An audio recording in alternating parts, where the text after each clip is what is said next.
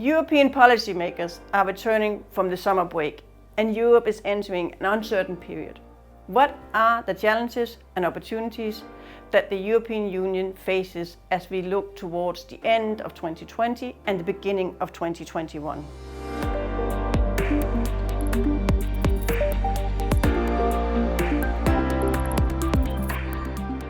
We are at the beginning of September and are still under the effects of COVID-19. The latest unexpected result related to the pandemic is the resignation of the Irish European Commissioner, Phil Hogan.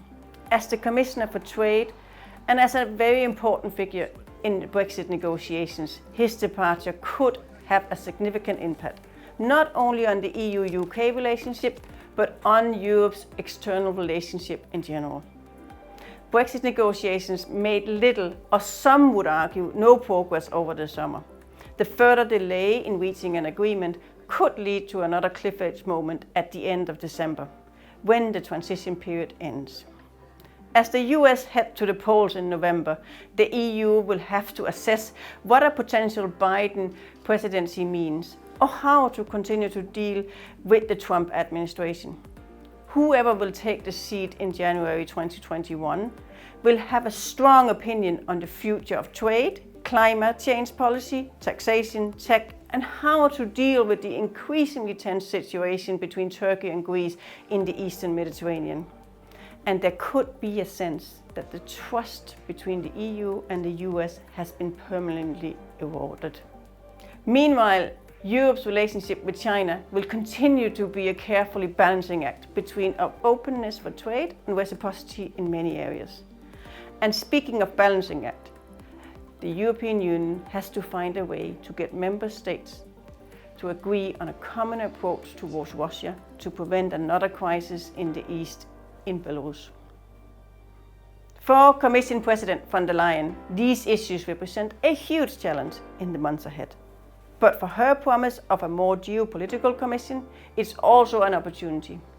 Watch out for how she frames all these external challenges in her State of the Union speech on 16 September. Beyond geopolitics, the everyday life of an EU lawmaker will have to focus over the coming months on a number of key initiatives. First on the list is the EU long-term budget, the MFF, and the Next Generation EU COVID-19 Recovery Fund. The main challenge will be to ensure negotiations with the European Parliament are concluded in time to distribute the funds in 2021. The Parliament has voiced its intention to negotiate a better deal, as it's unhappy with the rule of law conditionalities and certain cuts made in the sustainability space. In any case, the agreement will be historic, as it is and represents the first episode of fiscal transfer.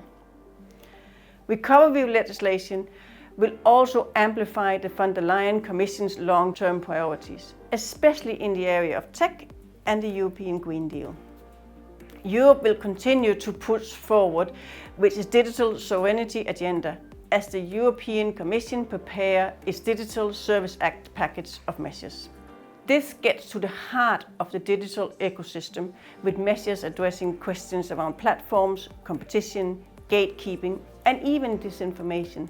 These measures will impact more than just tech companies. The European Green Deal is robust enough to withstand the pandemic. Nonetheless, Commission actions to date have been largely non-legislative, except the European climate law. Major milestones are expected in the coming months, including proposals on greenhouse gases reduction target, a chemical strategy for sustainability, and a new sustainable finance strategy. The Commission's task is now turning political into policy impact. Here at Fleishman-Hillard, we stand prepared to help you navigate the challenges ahead, ready to provide support with a single piece of legislation to the entire scope of moving pieces that define EU policymaking.